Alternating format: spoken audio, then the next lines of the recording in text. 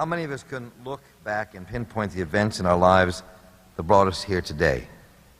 Tonight's speaker can do so with remarkable clarity. And this evening will share his remarkable and unlikely journey from abject poverty of the Detroit streets to becoming one of the world's most important pediatric neurosurgeons. His story is an inspiration, and he'll tell it. And we don't want to spoil it by providing too many details during this introduction. Thus, thanks to the generosity and support of Lake Mason Investment Council, the Greater Baltimore Committee, the Baltimore Sun, Comcast and CN8, the Comcast Network, and Baltimore's NPR news station, WYPR, Villa College takes great pleasure in presenting one of the most famous and foremost neurosurgeons, and someone who has proven time and time again that one man can make a difference. And ladies and gentlemen, it is my distinct honor and real deep pleasure and privilege to introduce Dr. Ben Carson.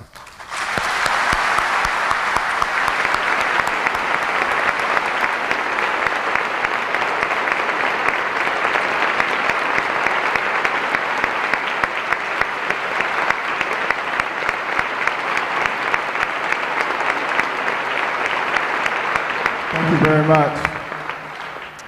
It's a real pleasure to be here in my own city, because usually I'm somewhere else in another city, and something special about being in Baltimore. I actually was able to operate today and get to sleep in my own bed tonight, so this is a wonderful thing. I thought I'd share some perspectives on what it was like for me growing up, how I came to be here in Baltimore, how my career evolved, and what I decided to do with it over the course of time. Now, first of all, I should say that medicine is the only thing that really was of any interest to me. As a youngster, I used to love to hear the stories in church, Sabbath school, about missionary doctors who seemed to me like the most noble people on the face of the earth, traveling all over at great personal sacrifice to bring not only physical, but also mental and spiritual healing to people. And I said, there is nothing greater that anyone could do. So that was my dream from the time I was 8 years old, to be a missionary doctor, until I was 13. At which time, having grown up in dire poverty, I decided I'd rather be rich. So at that point, missionary doctor was out, and psychiatrist was in. Now, I didn't know any psychiatrists, but on television, they seemed like very rich people. You know, they lived in the big fancy mansions, drove Jaguars, had these big plush offices, and all they had to do was talk to crazy people all day. It seemed like I was doing that anyway, so I said, you know, this is going to work out extremely well. And I started reading Psychology Today. I was the local shrink in high school. Everybody brought me their problems. I would stroke my chin. I'd say, tell me about your mama. And then, you know, I majored in psychology in college. I did advanced psych in medical school. I was gung-ho. And then I started running into a lot of psychiatrists. Need I say more? No. Now, actually, some of my best friends are psychiatrists. But what I discovered very quickly is what psychiatrists do in real life and what they do on television are two completely different things. What they do in real life is much more important, by the way, than what they do on television, and they're some of the more intellectual members of the medical community. But it wasn't what I wanted to do. So now I had to stop and say, now what? You spent all this time thinking you were going to do that. And I said, what are you really, really good at? And I realized I had a lot of eye-hand coordination, the ability to think in 3 dimensions. I was a very careful person, never knocked things over and said, oops, which is a great characteristic for a brain surgeon, by the way. And I love to dissect things. So I put all that together and I said, you'd be a terrific brain surgeon. And you know, I started out as an adult neurosurgeon, but I very quickly discovered that no matter how good an operation you did on those chronic back pain patients, they never got any better until they got their settlement. So,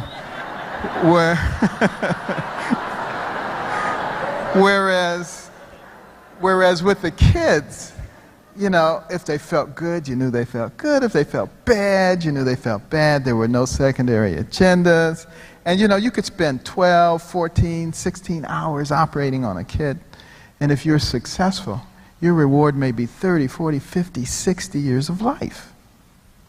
Whereas with an old geezer, you know, you spend all that time and they die in 5 years of something else, you know. So I like to get a big return on my investment. So now I say that in jest, of course, because actually a large part of my practice is with trigeminal neuralgia, which is a very painful condition of the face. And it is an absolutely wonderful thing to be able to get people out of that pain. I don't care how old they are. And it's one of the very nicest things about medicine in general, being able to intervene in people's lives. And you know, our health is really the most important thing that any one of us has, no matter what we think we have. I remember when I first came to Hopkins as an intern, I was so impressed with some of the patients that were there. CEO of this corporation, the president of this organization, the crown prince of this nation or that nation, dying of malignant diseases. Every single one of them would have gladly given every penny and every title for a clean bill of health. But it was too late. And a lot of times we don't really think about what we have until it's too late. And if we have our health, we're in very good shape. Now, let me just take a moment to make a disclaimer. Because you know, these days we all have to make disclaimers. You say, I'm on this board or that board, or I got money from this group or that group. Well, here's my disclaimer. I've discovered in recent years that whenever you speak to a large group of individuals, you're likely to offend someone. Have you noticed that? You know, people walk around with their feelings on their shoulders, just waiting for somebody to say something so they can be offended. Did you hear what he said? You know, when I was a kid, they used to say, sticks and stones break my bones, but names will never hurt me. Now names slaughter people in the streets. You know, it's all changed. I remember I was talking to a group once about the difference between a human brain and a dog's brain. And a man got offended. He said, you can't talk about dogs like that. And then, and then I was talking about how the fashion industry has gotten the young ladies to think they're supposed to be so thin they look like they escaped from a concentration camp. And, you know, a Jewish man said, you can't talk about concentration camps because it's too sensitive. It would be as if I said something to you about slavery. And I said, you can talk about slavery all you want. It doesn't bother me. But, you know, some people choose to get offended. So my disclaimer is, it is not my intention to offend anyone tonight. And if anyone is offended, too bad.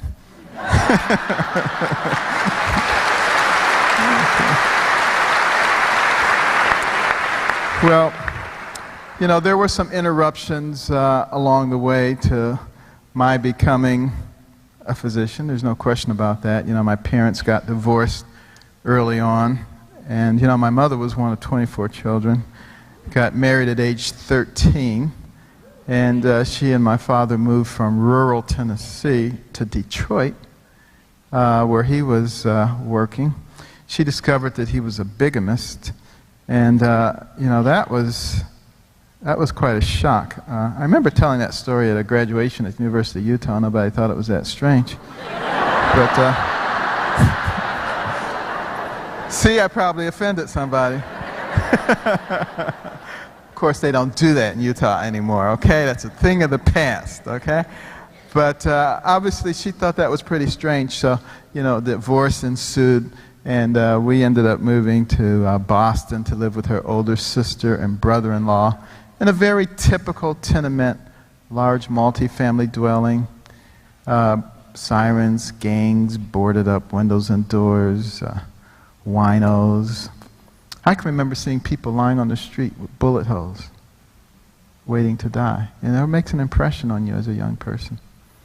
Not as much of an impression, however, as the roaches. They were large, aggressive roaches. You know, in the more upscale areas, they call them water bugs, but we knew what they were. And, you know, these things, not only would they crawl on your table, they would crawl in your cereal box. So if you were eating Raisin Bran, you had to know what those brown things were in there. I probably shouldn't talk about that now that I'm on the Kellogg board, but at any rate. And then they had these water rats. These things were so big. You know, first time I saw one, I thought it was a dog. But, you know, while we were there enjoying that environment, my mother was out working 2, 3 jobs at a time as a domestic, cleaning people's houses, because she didn't want to be on welfare. Her feeling was that she never saw anybody go on welfare who then came off of it. And she didn't want to have her life controlled that way, and she didn't want my life and my brother's life controlled that way. So she decided she would rather work 2 or 3 jobs at a time as a domestic rather than go on welfare. And she had a very difficult life. And the wonderful thing about my mother with her 3rd grade education is that she never adopted the victim's mentality. She never felt sorry for herself. And I think that was a good thing. Problem is, she never felt sorry for us either. So, you know, there was never any excuse we could give that was good enough for her. She would always say, "Do you have a brain?" And if the answer to that was yes, then she would say, "Then you could have thought your way out of it." And, you know, that's perhaps the most important thing she did for us. But, you know, the poverty, the difficulty in growing up, when I look back on it, because there was never enough money for anything, we would go to the store, and, you know, like all kids, my brother and I would say, "Mom, can we have this? Can we have the bubble gum? Can we have..." And there was never enough money. And you know, the look in her eyes when she would have to deny us those things was so painful that pretty soon we just stopped asking because we didn't want to see the look. But when I think back on it, it wasn't so bad, because I think it puts fire in your belly, and it makes you want to get out of that situation. It wants, when the going gets tough, thinking back on that sometimes pushes you on a little further. You know, I tell my 3 sons that they are much more disadvantaged than I was, because they've traveled all over the world, they've met everybody, they've done anything. They don't know anything about poverty or want. And I say, that's a bad thing. So my wife and I try to create artificial difficulties for them, you know, in order to help them out, because I think it's a very important thing. But, you know, I think it was important for me because I think back as a first-year medical student at the University of Michigan. I didn't do very well on the first set of comprehensive examinations. And I was sent to see my counselor, and he looked at my record and he said, "You seem like a very intelligent young man.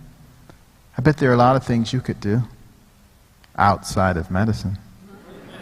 And he tried to encourage me to drop out of medical school. He says, "You know, the semester is only 6 weeks old. You haven't wasted that much time. We can help you get into another area. It'll be much better for you, and you're not cut out to be a doctor." This is the guy who's supposed to be helping me. Okay, so, you know, the fire in the belly would not allow me to accept that advice. And I just went back to my apartment and I started thinking. I said, "You know you're not stupid." And I thought back to when I was in the 5th grade in Detroit. Horrendous student. In fact, my nickname was Dummy. I was one of those people who just didn't know anything and didn't listen because I didn't think that there was any point that I couldn't learn. And my favorite thing, quite frankly, was getting other people kicked out of class. And I was very good at it, because what I would do is I would study my classmates and I would figure out what made them really, really angry. And then I would just irritate them until they were about to explode, but I would never push the last button until we were in class and the teacher was nearby. I pushed the last button, they would explode, and the teacher would kick them out, and I would say, "Yes, this is wonderful." So one day I was studying this girl because she's Miss Goody Two-Shoes. She was like the teacher's pet, the perfect student, everything perfect, on time.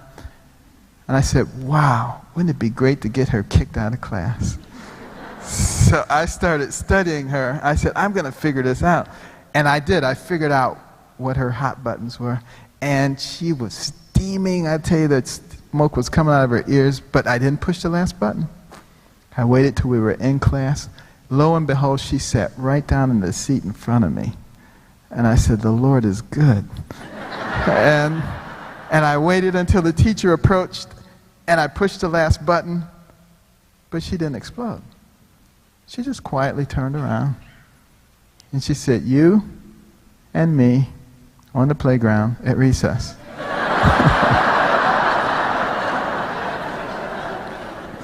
So that didn't work out too well, you know. I became a brain surgeon, and she became a professional wrestler. But, but you know, fortunately for me, you know, I did learn a little bit from that experience. But the best thing was, you know, my mother, she just didn't know what to do because both my brother and I were doing so poorly, and she prayed and asked God to give her wisdom. How could she get her young sons to be different than everybody else around, to learn the importance of intellectual development? You know what? God gave her the wisdom, at least in her opinion. My brother and I didn't think it was wise at all. Turning off the TV, what kind of wisdom was that? As far as we were concerned, it was child abuse, but she said we could only watch 2 or 3 TV programs during the week, and with all that spare time, read 2 books apiece from the Detroit public libraries and submit to her written book reports, which she couldn't read, but we didn't know that. You know, she would highlight and underline things and put little check marks on it, and you know, we would think she was reading, but you know, she never dictated what we had to read. And I loved animal stories. I read every animal book in the Detroit public libraries, and then plants, and then rocks. And you know, I got to the point where I began to know things that nobody else knew. And you know, in the space of a year and a half, I went from the bottom of the class to the top of the class. Much to the consternation of all the students who used to laugh and call me dummy in the 5th grade, who were now coming to me in the 7th grade saying, Benny, Benny, Benny, how do you work this problem? And I'd say, sit at my feet, youngster, while I instruct you. I was perhaps a little obnoxious, but it sure felt good to say that to those turkeys. But you know, the difference there was when I was in the 5th grade, I thought I was stupid. So I conducted myself like a stupid person. And I achieved like a stupid person. 7th grade, conducted myself like a smart person. And I achieved like a smart person. What does that say about expectations and the kinds of expectations that we create in our young people? And why is that important? You know, when you think about the human brain, which we all have, what a phenomenal organ system our brains are. Billions and billions of neurons, hundreds of billions of interconnections. There is no computer that can even begin to do the things that your brain can do. Remembers everything you've ever seen, everything you've ever heard. It can process more than 2 million bits of information per second. How many people here remember your birthday? Can I just see your hand? Okay, it's almost unanimous. Okay, now what did your brain have to do in order for you to respond to that question almost instantly? Well, first of all, the sound waves that leave my lips travel through the air, enter your external auditory meatus, travel down to your tympanic membrane, set up a vibratory force, which travel across the ossicles of the middle ear to the oval and round windows, setting a vibratory force in the endolymph, which mechanically distorted the microcilia, converting mechanical energy to electrical energy, which travel across the cochlear nerve to the cochlear nucleus at the pontomedullary junction, from there to the superior olivarian nucleus, descending bilaterally at the brainstem to the lateral meniscus, to the inferior colliculus and the medial geniculate nuclei, across the thalamic radiations to the posterior temporal lobes, begin to auditory processing. From there to the frontal lobes, coming down the tract of Victor Jury, retrieving the memory from the medial hippocampal structure and the mammary bodies back to the frontal lobes to start the motor response to the Bett cell lobe, coming down the corticospinal tract, across the internal capsule into the cerebral peduncle, descending down to the cervical medullary decussation, into the spinal cord gray matter, synapsing there, going out to the neuromuscular junction, stimulating the nerve and the muscle, so you could raise your hand. And that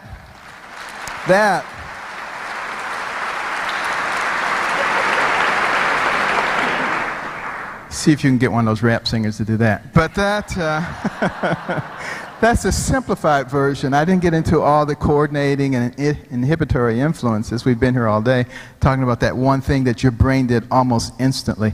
And that gives you some idea of what the human brain is actually capable of. And when we think about that, and we think about the incredible waste that's going on out there, you know, that's one of the things that became so important to me and to my wife some years ago. We would go into schools and we'd see all these trophies, all-state basketball, all-state wrestling, all-state this, that, and the other. And the quarterback was a big man on campus. And I don't have anything against sports, don't get me wrong. But what did the academic superstar get? Pat on the head, National Honor Society pen. Other kids thought they were nerds and geeks, Poindexters. And, you know, we said, no wonder. There was an international survey, 22 nations took part, looking at the ability of students to solve math and science problems. We ranked number 21 out of 22. Said, no wonder we ranked number 21 out of 22. We emphasize the wrong things. And, you know, we like to talk about education and how important it is, particularly around the time of an election. But, you know, don't let the baseball stadium or the football stadium be 15 or 20 years old. We're ready to blow it up on CNN, big spectacular explosion, build a new one for $1 billion. But the schools can be falling apart and the books have no covers and nobody gives a care. That's called hypocrisy, you know?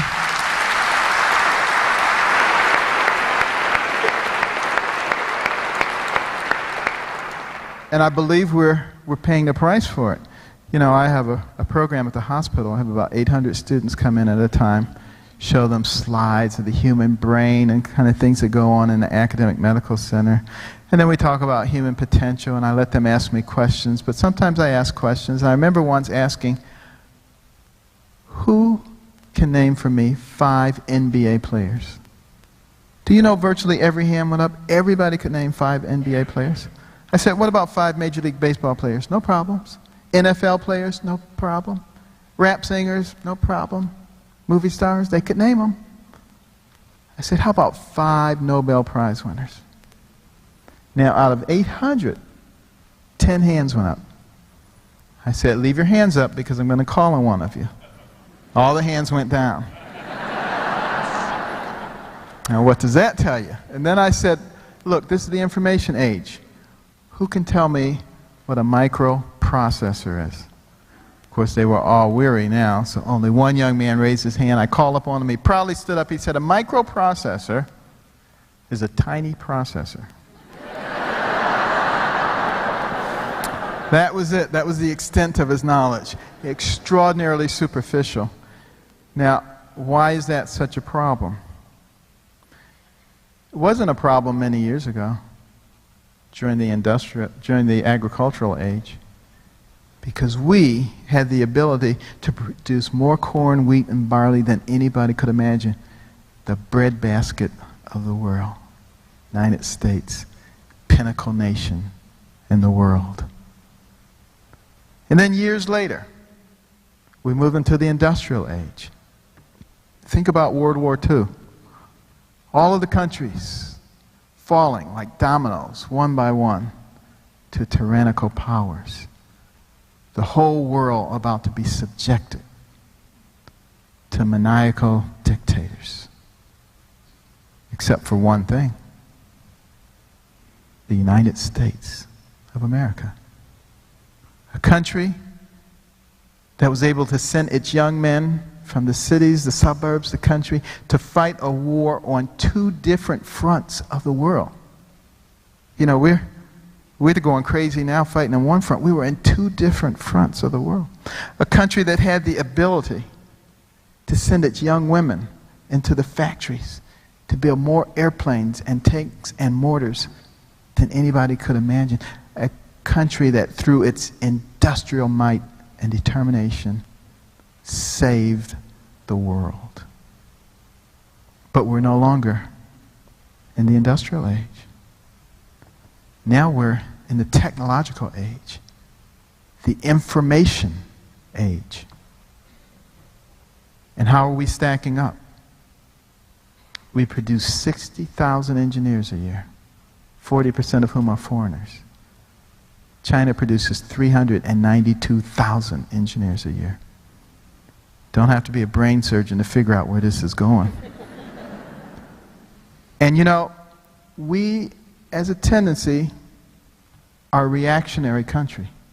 We wait until it's a crisis, and then we react to it.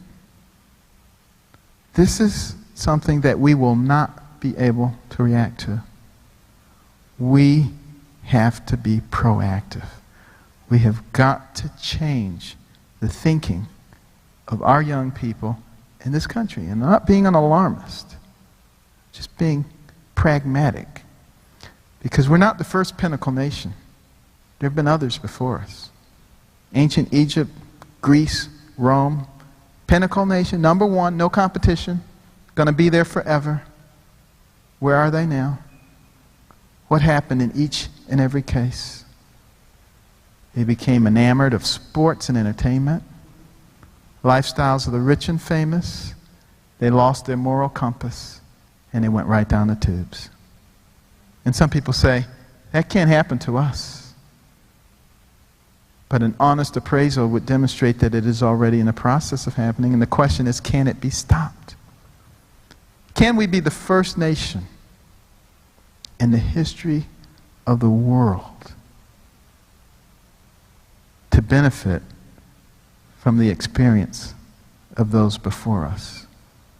Or must we inexorably go down the same path as if we are reading the script?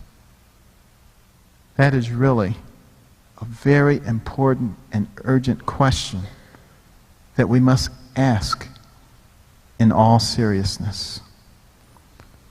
Well, my wife and I felt so strongly about it that we started giving out scholarships 11 years ago to students starting in the 4th grade for superior academic performance and demonstration of humanitarian qualities. They had to show that they cared about other people more than just the 6 weeks before the application is due. And we would give them $1,000. Initially just came out of our own pockets. Now, you give a 4th, 5th, 6th grader $1,000, they automatically become big man on campus. People begin to pay attention automatically. And, you know, we started out with 25 kids that first year. This past year we gave out over 550 scholarships in 16 states and the District of Columbia. And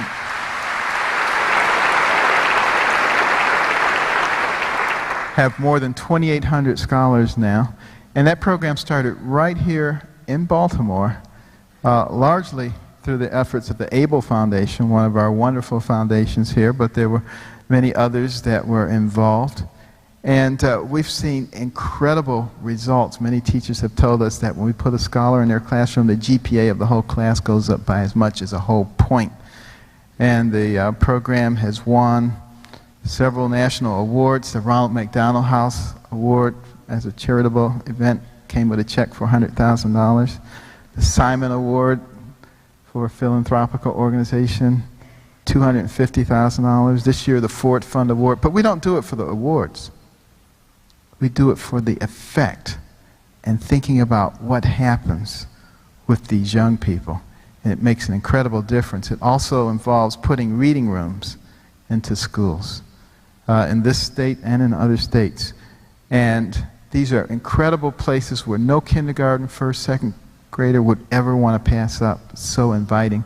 And they get points for every book that they read. And they can trade them in for various prizes. And they start doing it for the prizes, but it has an incredible effect on their academics, because we need to recognize that 70 to 80% of high school dropouts are functionally illiterate. And if we can truncate that early downstream, it has major implications for us upstream. And we need to start thinking this way. And it is our hope that by the time we leave this planet that is dying, that every 4th, 5th, 6th grader in the United States will know that they can get the same kind of recognition and reward for academic achievement and caring about people as they can for shooting a 25-foot jump shot. And I think those are the kinds of things that will begin to make a difference and change and perhaps allow us to catch up and maintain the important place that this country should have in the world, because this country is the child of every other nation. Every other nation. And we have a responsibility to lead and not to follow. Well, another interesting thing you might note, on a kind of a humorous note, we've had many, many supporters for this program, but in the state of Pennsylvania, our biggest supporters are the Pittsburgh Steelers. And a couple of years ago, they won the Super Bowl. In Indiana, our biggest supporters are the Indianapolis Colts. And last year, they won the Super Bowl. So somebody better tell the Ravens to get on board.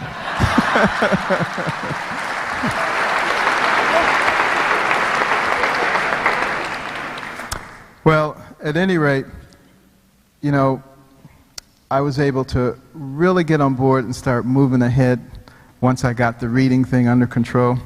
But when I got to high school, I ran into perhaps the worst thing a young person can run into. It's called peers. Negative peers. P-E-E-R-S. That stands for people who encourage errors, rudeness, and stupidity.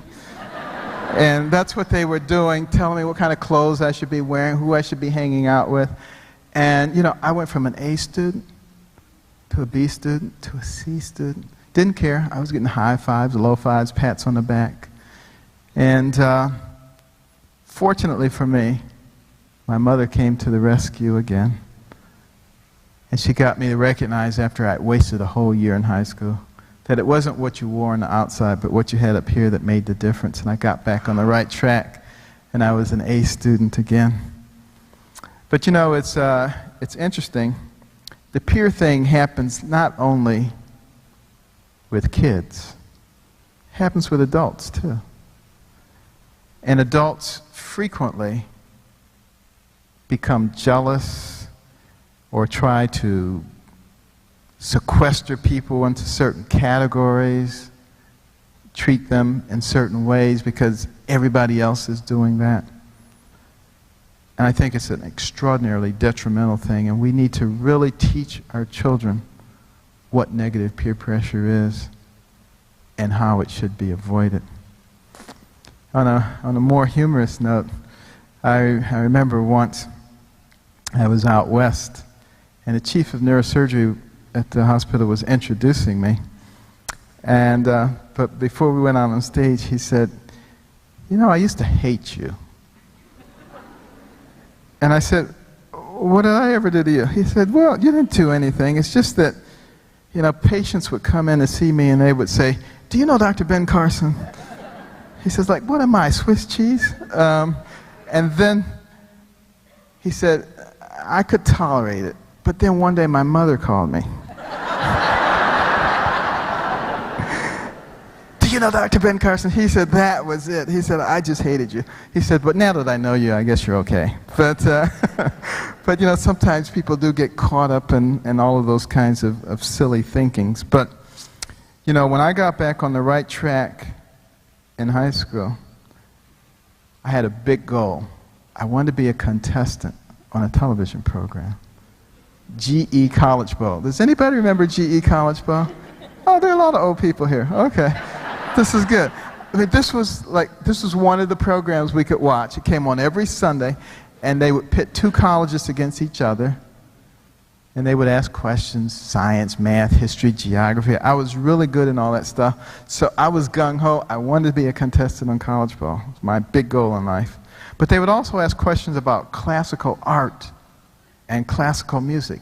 Now, there was no way you were going to learn any of that stuff at Southwestern High School in inner city Detroit. I mean, in my high school, if you said something about Van Gogh, they would have said, "Put gas in it, the van will go." I mean, they had no idea what you were talking about. So, you know, I just made the executive decision.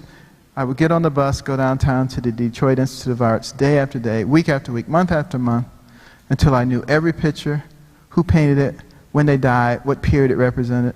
Always had my radio, listening to Bach, Telemann, Mozart. Kids in Detroit thought I was nuts. I mean, a black kid in Motown listening to Mozart? Are you kidding me?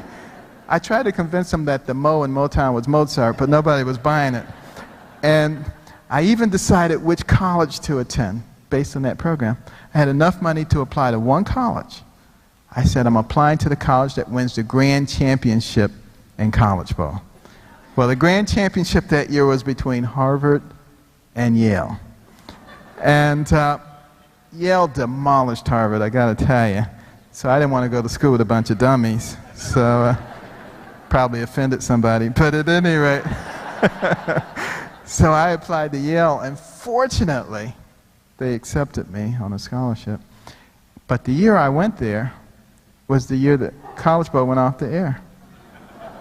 I know, it's a sad story, you know. But years later, when I decided that I wanted to become a neurosurgeon, I said, well, I want to go to the place that's best known for neurosurgery, and of course that was Johns Hopkins. Cushing, Dandy, Walker, all the big names right here at Johns Hopkins. The only problem is they only took 2 people a year out of 125 applicants. So how was I going to get to be one of them? Well, I remember when I came for my interview, and George Udrahai was in charge of the residency program. And we talked a little bit about medicine, a little bit about neurosurgery. Well, it turns out he was also in charge of cultural affairs at the hospital. And somehow the conversation turned to classical music. And we talked for over an hour about different composers and their styles, and conductors, orchestras, orchestral halls. He was on cloud 9. There was no way he wasn't taking me in the program. Because he had to have somebody to discuss these things with. And I tell young people all the time that story because, you know, there is no such thing as useless knowledge. And you never know what doors it's going to open up. And I must say, when I was learning all that stuff, you know, people thought I was nutty. And they said, why are you learning all that European stuff, that European history? That's not culturally relevant to you. Have you ever heard that term before? Culturally relevant? What does that mean to a citizen of the United States of America? Think about that. Well, I'll tell you how you can figure out what it means. Take a trip to Ellis Island and walk through that museum. And look at those pictures of people who came to this nation from every part of the world, many of them with only the things that they could carry.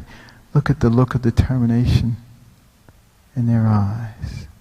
People who work not 8 hours a day, but 10, 12, 16 hours a day, not 5 days a week, but 6 or 7 days a week. No such thing as a minimum wage. They work not for themselves, but so that their sons, their daughters, their grandsons and granddaughters might have an opportunity in this land. That's what's culturally relevant.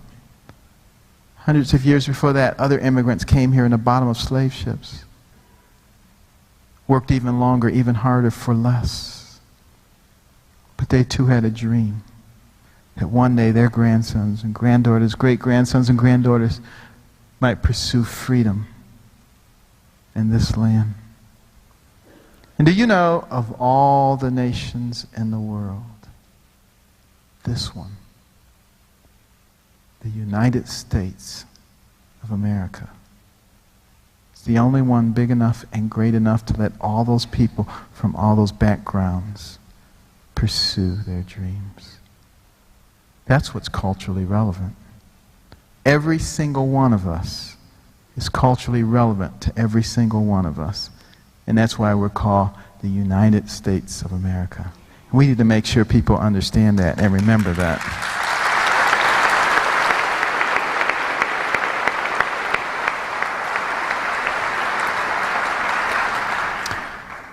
Well, I got to roll the tape back now because I thought about all those things after I was told to drop out of medical school.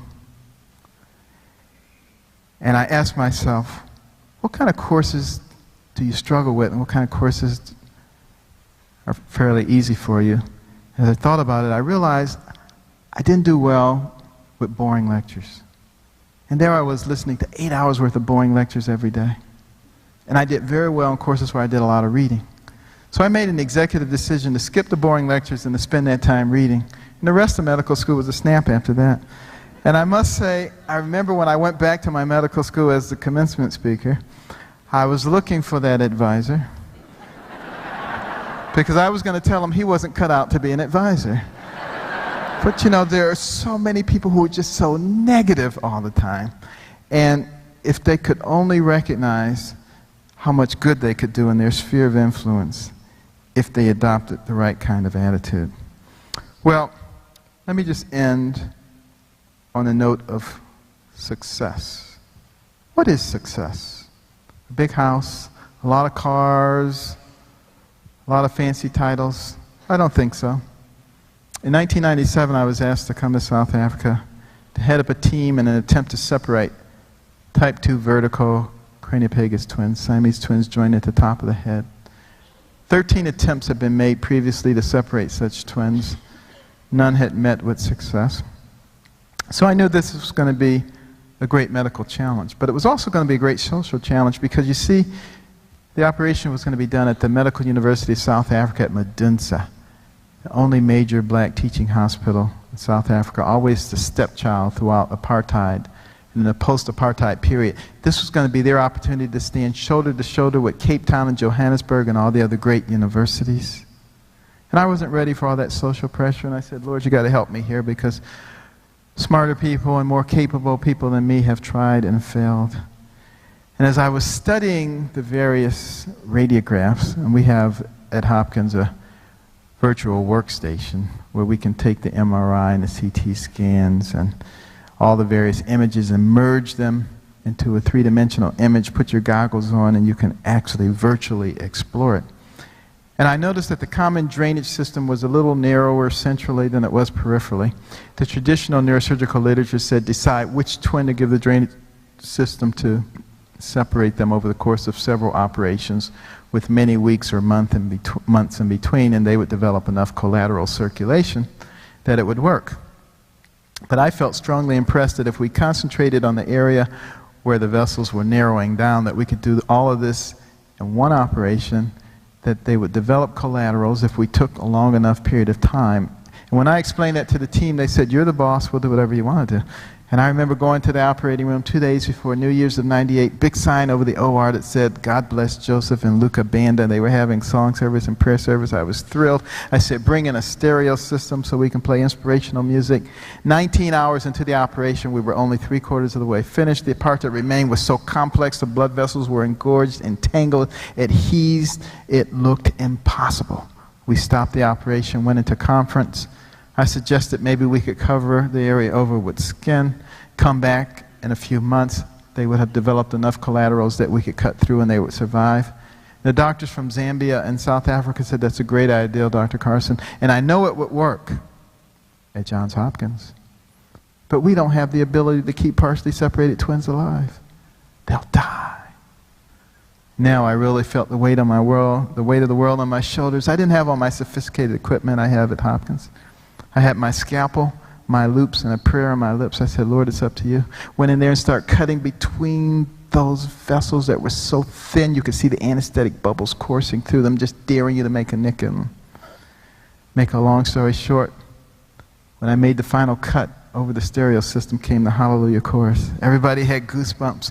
And when we finished that operation, after 28 hours, one of the twins popped his eyes open, reached up for the endotracheal tube. The other one did the same thing. By the time we got to the ICU, within 2 days they were extubated. Within 3 days they were eating. Within 2 weeks they were crawling. And a few months ago they finished the 5th grade. But you know, thank you. But that wasn't the success. The success you had to be there to witness was the reaction of the people who were so proud that this was done in their institution. They were literally dancing in the streets. And you see, that's what I mean by success, using your God-given talents to elevate other people. And that's what I mean when I say think big. Each one of those letters means something special. The T is for talent.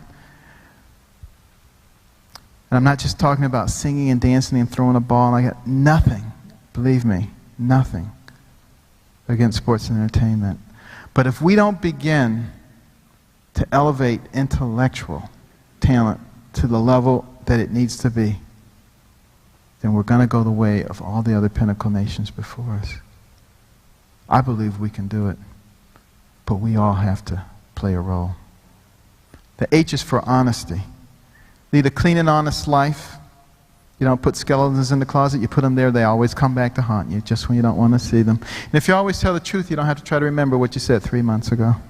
It makes life a lot easier. The I is from insight. Learn from the people who've gone before you. Learn from their triumphs, learn from their mistakes. Don't have to reinvent the wheel. The N is for nice. Be nice to people. Because once they get over their suspicion of why you're being nice, they'll be nice to you. You can get so much more done if you're being nice and they're being nice. And can we all take the niceness pledge? Just raise your hand right where you are. If the person beside you doesn't have their hand up, you may kick them, okay? Because the last time you can do it. So just go ahead and whack them right now, you know? But, now what did you just pledge to do? You're going to be nice to every single person you encounter for 1 week. Okay? That includes your spouse. Okay? Everybody for a week. Now, what does that mean? That means no talking about people behind their backs. Okay? Some people will stroke out. I understand that. Okay? If you see somebody struggling, you're going to help them. Men, we're bringing back chivalry. Open the doors for the ladies. Hold their chairs for them. Ladies, no cursing them when they do that. Okay? One spot on the elevator, you're letting somebody else get on. And when you're on the elevator, you're not going to act like you never saw the numbers change before. Speak to people. You may have to practice CPR, but speak to people. Talk to janitors, security guards, maids, people that you normally walk by and don't say anything. Because they do have feelings. And you don't have to do it for a week. You're going to get in your car. There's no more parking spaces. 3 people are following you in their car because they want your space. When you get in the car, you're not going to open the glove box, pull down the mirror, just get out of the spot. You know? But what are you doing during that week? Thinking about others first. What kind of society could we have if we all thought about others first? We can do it. We're not animals. We're people. We need to act that way. The K is for knowledge, which is the thing that makes you into a more valuable person. Do I have a big house? Yes. A lot of cars? Yes. I grew up in Detroit. Like cars. A lot of things that Robin Leach thinks are important? Yes. Are they? Of course not. They mean nothing. If they all disappeared tomorrow, I don't care, because I can get them all right back almost immediately with what's up here. Or at least I could before managed care. And and that's what Solomon, the wisest man who ever lived, meant when he said gold, silver, and rubies are nice, but to be treasured far above those things, knowledge, wisdom, and understanding, because with those you could get all the gold and silver and rubies you wanted. More importantly, you come to understand that it'll amount to a hill of beans, and that the most important thing is developing your God-given talents to the point where you become valuable to the people around you. The B is for books, which is the mechanism for obtaining that knowledge. And it's never too late. You know, my mother did teach herself how to read, got her GED, went on to college. In 1994, got an honorary doctorate degree, so she's Dr. Carson now, too. So it's never too late, you know. The second I is for in-depth knowledge, learning for the sake of knowledge and understanding, not for the sake of taking a test. That's how we got to be number 21 out of 22. We can no longer afford it. The last letter, G, is for God. You know, we live in a society that is trying to extract God. They're trying to kick him out of our society. You know, a few years ago, some lawyers came to me and they said, you know, you can't put your Think Big banners up in public schools because the G stands for God. And the First Amendment says there can be no government-sponsored religion. Well, I reminded them that the First Amendment also says there can be no government suppression of religious expression. So we had a rather vigorous argument. And I suggested that we resolve it at the level of the Supreme Court. Now that sounds like a bold and reckless statement, but it really wasn't. Because I knew the next week I was going to the Supreme Court to receive the Jefferson Award.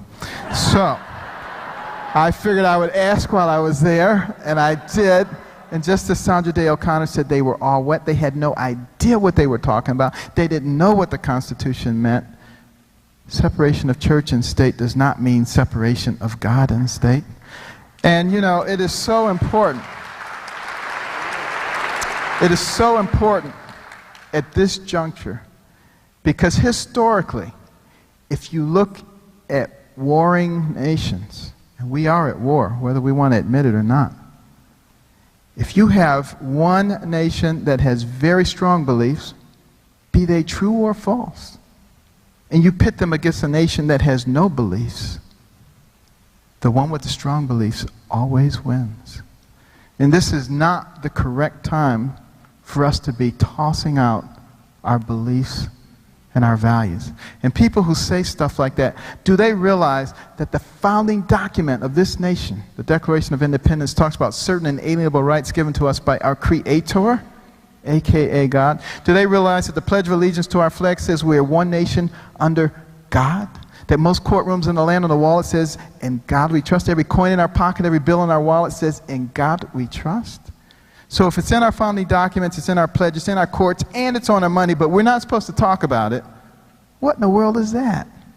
In medicine, it's called schizophrenia. And doesn't that explain a lot of what's going on in our nation today? And we need to make it perfectly clear that it's okay to live by godly principles of loving your fellow man, of caring about your neighbor, of developing your God-given talents to the utmost so that you become valuable to the people around you, of having values and principles that govern your life. And if we do that, not only will we remain a pinnacle nation, but we will remain one nation under God, indivisible, with liberty and justice for all. Thank you very much.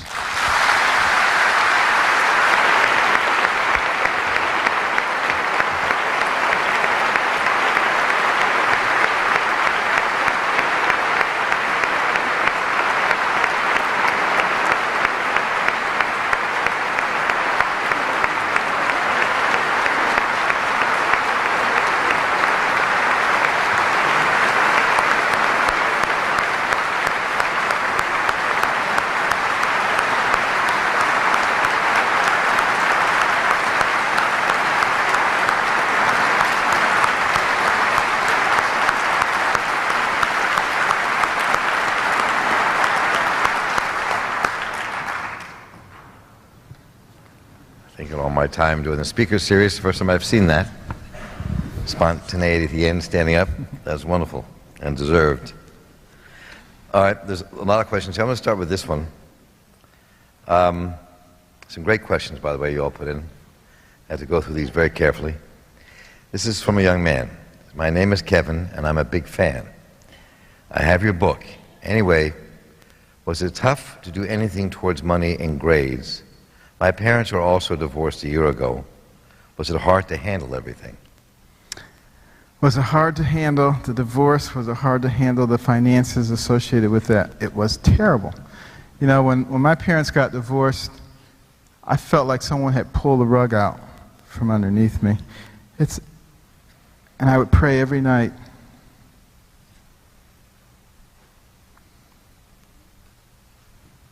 That my parents would get back together. It was just a horrible thing. But, you know, years later,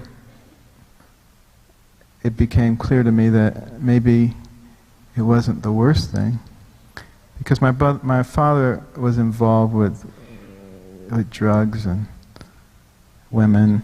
Women aren't bad, but you should only have one. But and you know, all kinds of things, and I'm sure that influence would have rubbed off on me. So, you know, perhaps sometimes things happen for the best, but you know, I think it is very important that people in our country start to more seriously consider what marriage is all about, and not be so ready to adopt the Hollywood model, which is to have and to hold until you get irritated with each other. Because, you know, when you really think about it, marriage is like taking two people from very different environments. It's like taking two pieces of sand and sandpaper and rubbing them together. There's a lot of friction, and that's going to happen in virtually every case. And, you know, if you don't have the fortitude to hang in there, it never becomes smooth. But if it keeps rubbing and you stay in there long enough, it becomes smooth. And it can become a wonderful thing. And I don't think we talk about that enough. And obviously, sometimes it doesn't work. And certainly in my mother's case, where she found out that he was already married to somebody else, you know, there's not a whole lot you can do about that. But I think there's a whole lot that can go into it. I heard that you listen to Handel while operating. Fact or myth? Not only do I listen to Handel, I listen to all types of classical music. All the residents know when they come to do pediatric neurosurgery, they're also going to be asked about the music that's playing. So they get a little education and culture also. Now, there's one of the scrub techs who just hates it so much, and I just tell him the only way he'll ever be cultured is in the bacteriology lab.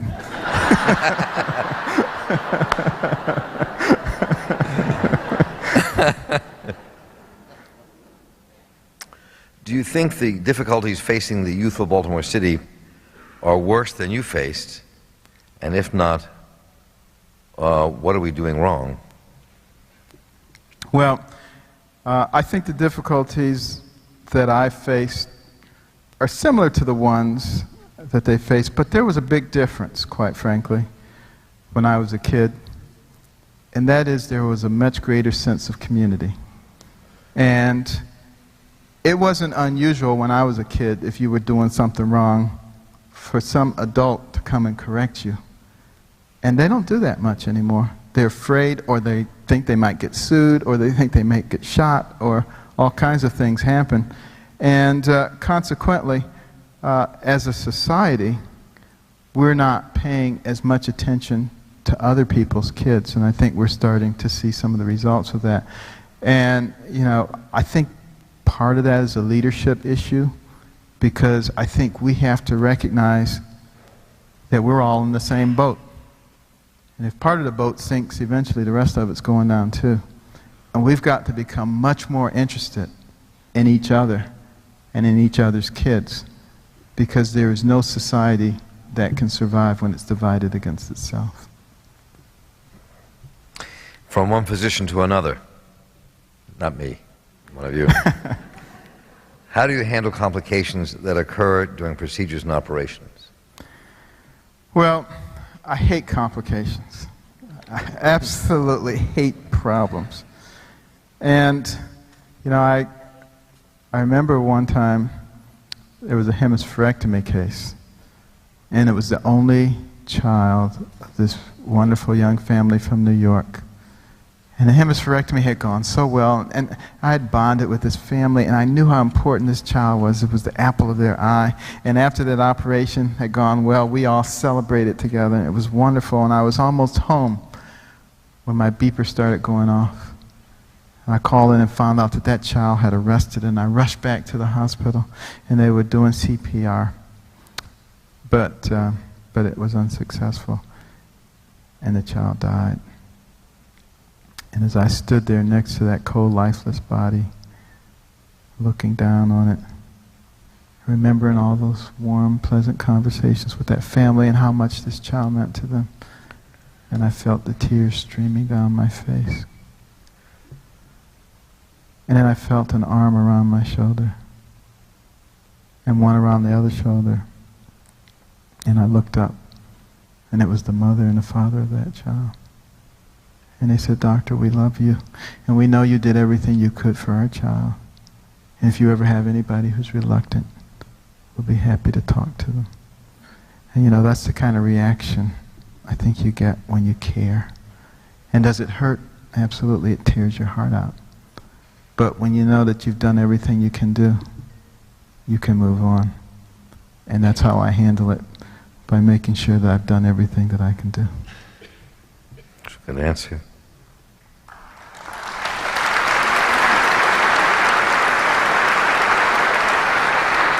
I know towards the end of your talk you touched on your mom again, but there was somebody in the audience who wanted to know what's happened to your mother and what you're doing right now. Well, you know, my mother is alive and well, and she actually lives with us.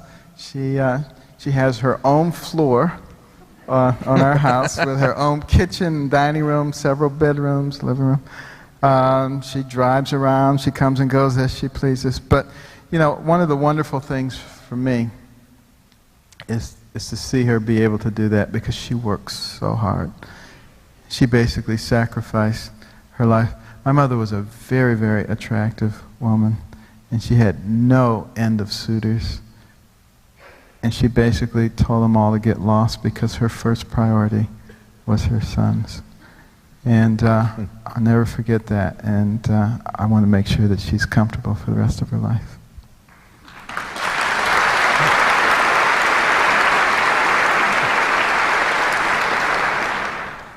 Let's see. Lindsay, it's a question from Lindsay. How do you feel right before entering an extensive surgery? I would think that it's nerve-wracking. Do you have traditions before entering, like prayer or meditation or such? Okay. I think about operations frequently. That's how I fall asleep at night, thinking about what I'm going to do the next day. And yes, I pray. I never enter the operating room without prayer. I ask God to give me wisdom. And He does, you know. I think God has a great sense of humor, I got to tell you, because my middle name is Solomon. And Solomon wrote the book of Proverbs. And I start every day and I end every day reading from the book of Proverbs. Now, how did God know that that was going to be the case and give me that middle name of Solomon? But also, do you remember when Solomon became the king of Israel, what happened that made him very famous? 2 women came to him claiming to be the mother of the same baby. What did he advocate? Divide the babies. Isn't that when I became well known? Dividing babies? He definitely has a sense of humor.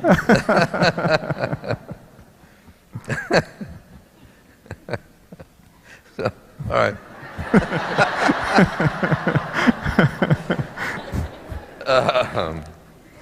It's interesting. Would you comment on the negative publicity Bill Cosby has received for trying to motivate parents to take responsibility for their children? And there was another question I saw earlier that's in there, a lot of Bill Cosby questions. I just picked this one. And if people want to know if you ever met him, what are your thoughts on this entire controversy? Sure. Well, you know, the first time I met Bill Cosby was over the telephone. He called me because he had seen a talk that I gave on C-SPAN. Speak of the devil. And he said, wow, I am absolutely blown away by what you're saying because it's all the truth. You know, basically, there are those who wish to criticize him for pointing out some pretty obvious defects in the system because we live in a politically correct society where you're not supposed to criticize people, and certainly certain people especially cannot be criticized, and he's decided to criticize some of those people.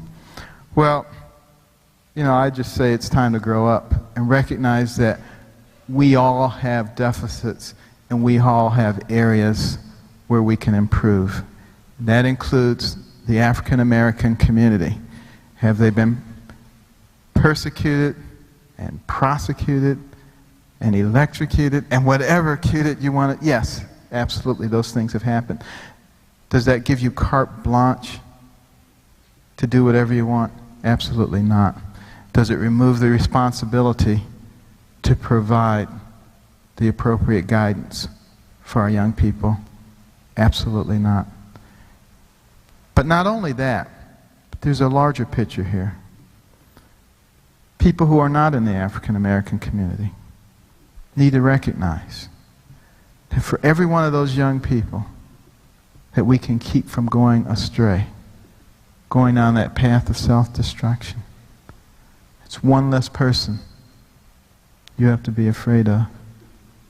One less person you have to protect your family from. One less person you have to pay for in the penal system or the welfare system. One more tax-paying, productive member of society who may discover a new energy source or the cure for AIDS.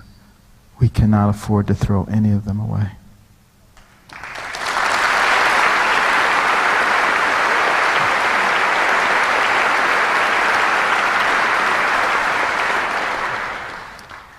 There are a lot of questions like this, and it's a follow-up really on what you were just talking about.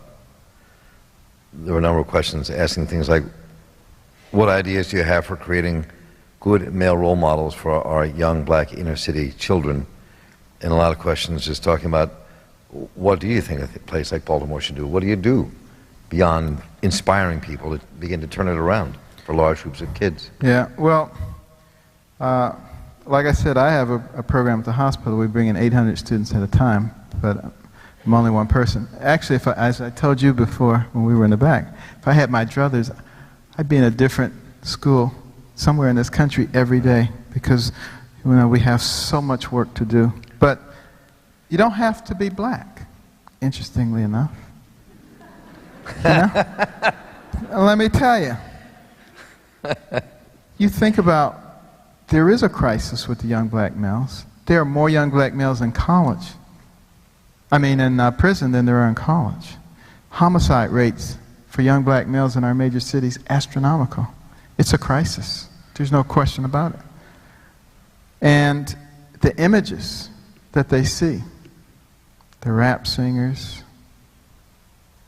the basketball players, these are the images that are held up. You look at the major black media, Jet and Ebony, what's on the front every single time? Sports and entertainment. It's like, don't have anybody else. What about people like Shirley Jackson? Black female. First black female to receive a PhD from MIT. The president of Rensselaer Polytechnic Institute was the first female to be chairman of the Nuclear Regulatory Commission, president of the AAAS, the largest scientific organization in the world. And there are many who have accomplished intellectual things. Those people aren't talked about. So those young people don't see them. And what about the history? Anybody could take that young black boy by the hand, 6-year-old, and walk down the streets of Baltimore, and they could give him a black history lesson that would thrill his heart and make him know that his ancestors played a great role in the development of this country. They could start by pointing to his shoes and say, it was Jan Matzliger, a black man, who invented the automatic shoe lasting machine, which revolutionized the shoe industry throughout the world. And you walk on that clean street and you can talk about Charles Brooks, a black man who invented the street sweeper, those machines with the big brushes that clean the streets. And down that street comes a big refrigerated tractor-trailer truck. And you can tell them that it was Frederick Jones, a black man, who invented the refrigeration system for trucks, later applied for airplanes and trains. And it comes to a stop at the red light. You tell them it was Garrett Morgan, a black man, who invented the traffic signal. And while you're talking about him, you can tell how he invented the gas mask, saved lots of lives during the war. And while you're talking about the war, Henrietta Bradbury, a black woman who invented the underwater cannon and made it possible to launch torpedoes from submarines. And you'll see a beautiful black woman walking down the street. A black man did not invent her, but you can use this opportunity to talk about Madam C.J. Walker, a black woman who invented cosmetic products for women of dark complexion, was the first woman of any nationality in the United States to become a millionaire on her own efforts. And you'll walk past the hospital and you'll talk about Charles Drew and his contributions to blood banking, understanding the function of blood plasma. Daniel Hale Williams, the first successful open heart surgery in the world, had an operative mortality rate of only 1.5%, less than many cardiothoracic surgeons today. You look up at the surgical lights, Thomas Edison. You didn't know he was black, did you? and let a rap singer put that in there somewhere. Well, he wasn't, but his right-hand man, Lewis Latimer, was. You could tell how Lewis Latimer came up with the filament that made the light bulb work for more than 2 or 3 days, how he invented the electric lamp, incandescent lighting, diagrammed the telephone for Alexander Graham Bell, was a tremendous inventor in his own right. Hardly anybody knows who he is. He walked across the railroad tracks. Andrew Beard, the automatic railroad car coupler, spurred on the Industrial Revolution. Elijah McCoy, the automatic lubrication system for locomotive engines. In fact, he had so many inventions, something new would come out. People would say, is that a McCoy? Is that the real McCoy? You got racist people like David Duke talking about the real McCoy, don't even know who they're paying homage to. So, you know. So you can see that young man never had a reason to believe that his ancestors didn't play a big role in the development of this country, and you don't have to be a black person to give him that history lesson, because we're all in this together. But the interesting thing is, I can take that same walk down the street for virtually any nationality in this country, and I can point out tremendous contributions that were made, and that's how the United States of America became the pinnacle nation in the world, faster than any other nation has ever reached the pinnacle. There is something special about us, and that's why we're the United States. So we need to keep that in mind. We need to make it clear to all of our young people, because when we work together, we can do virtually anything.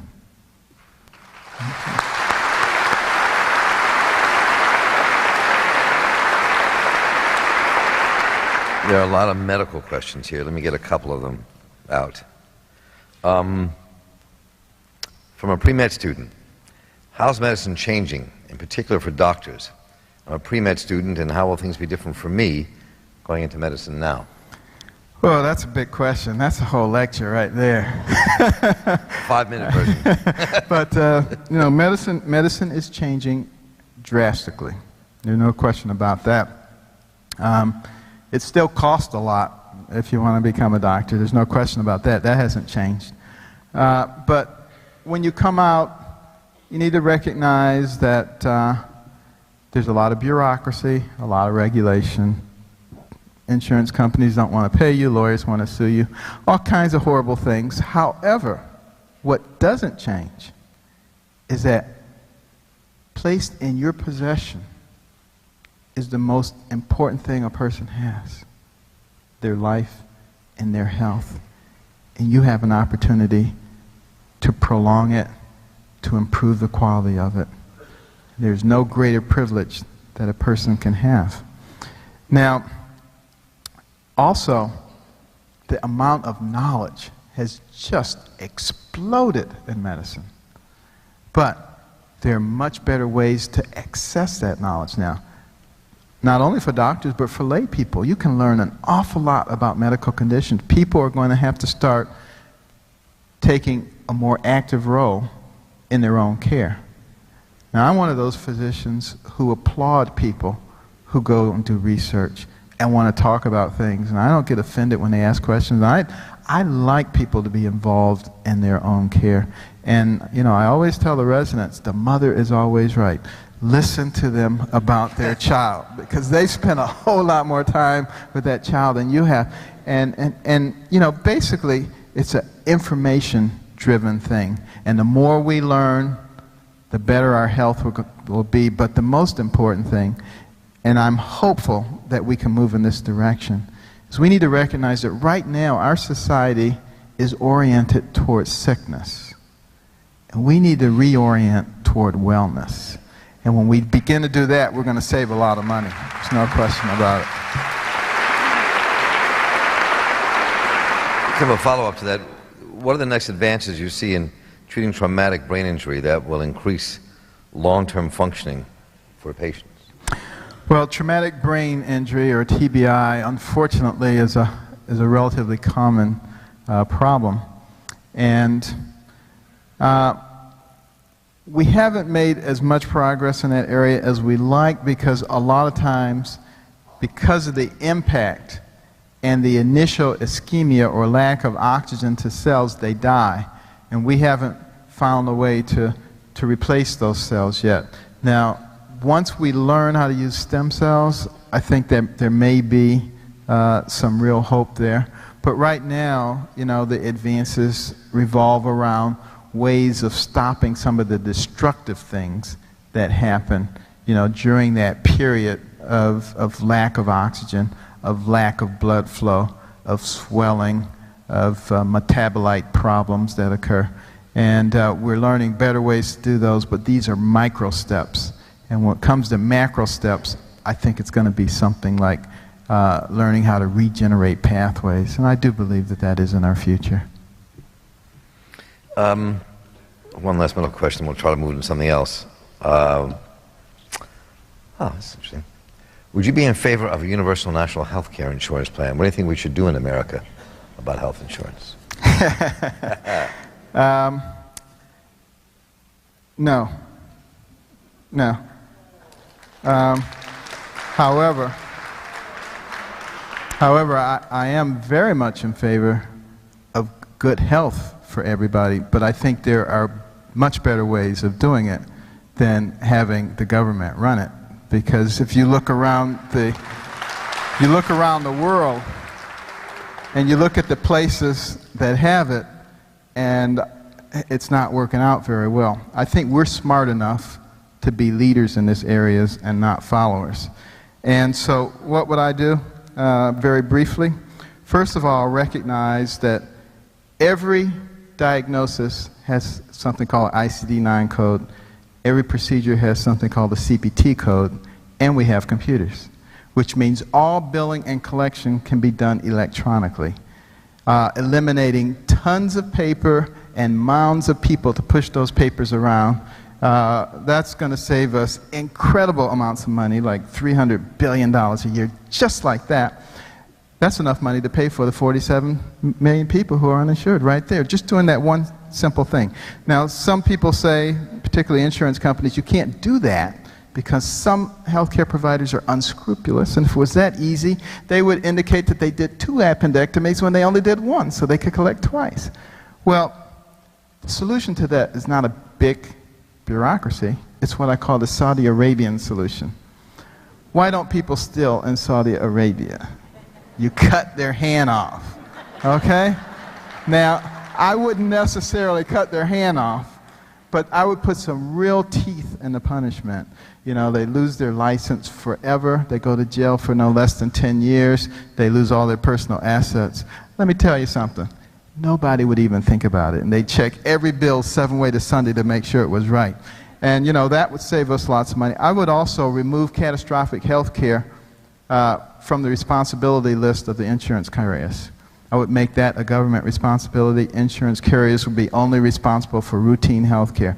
If they were responsible only for routine health care, you begin to know how much money they need to put out, and they can be regulated. And you can give them a reasonable profit, part of which would go to fund the National Catastrophic Health Care Program. But also, if catastrophic health care became a government responsibility, it would force us to look seriously at it. We don't look seriously at it. We still spend 40 to 50% of all health care dollars during the last 6 months of somebody's life. That doesn't make any sense. We need to start looking at these things and allocating the dollars appropriately, and we would do that if we were forced to do that. It would make an incredible difference. And then there are a number of other things. If you really want to read about them, go to my book called The Big Picture, when it talks about how we can reorient that. These are things that I've talked to senators and congressmen about. I've talked to President Bush about it right before 9/11. He was very enthusiastic, says we're going to get this change, and then 9/11 happened, and that was the end of that. But the fact of the matter is, it is so important, and we have to keep it on the front burner, and I hope that we really can get something done about it. I may have time for 1 or 2 more questions here. This goes back to the very beginning. Dr. Carson, please give me your advice for young people today who don't enjoy school and have friends that don't think highly of studious students. Okay, I will tell you exactly what I think about that situation. I always say, you live to be about 80 years old nowadays. First 20 to 25 years, you spend either preparing yourself or not preparing yourself. If you prepare yourself, you got 60 years to reap the benefits. If you don't prepare yourself, you got 60 years to suffer the consequences. And when you start thinking about it that way, maybe school isn't so bad. Maybe studying isn't so bad when you put it into some kind of perspective like that.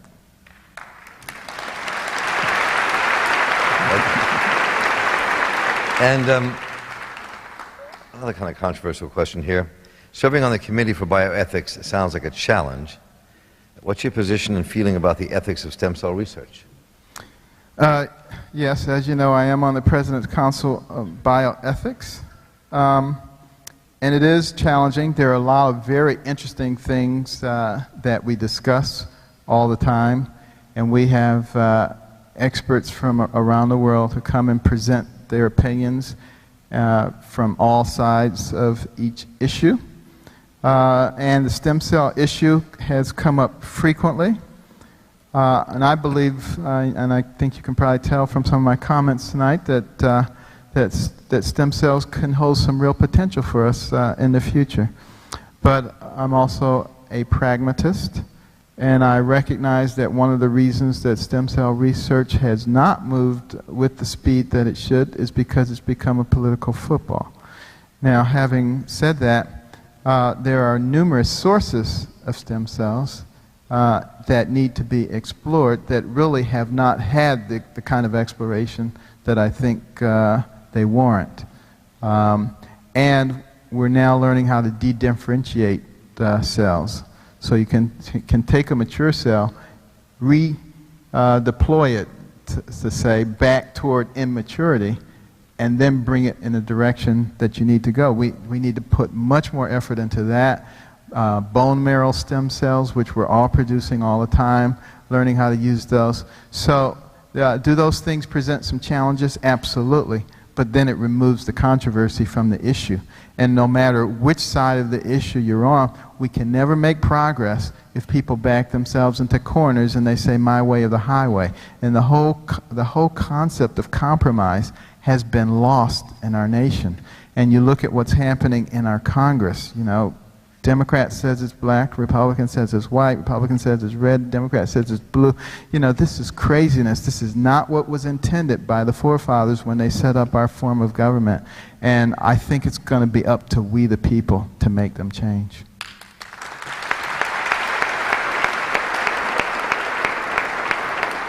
And I think, given the time, this will be all we have time for tonight. And I would be just deeply honored to have Dr. Carson with us tonight.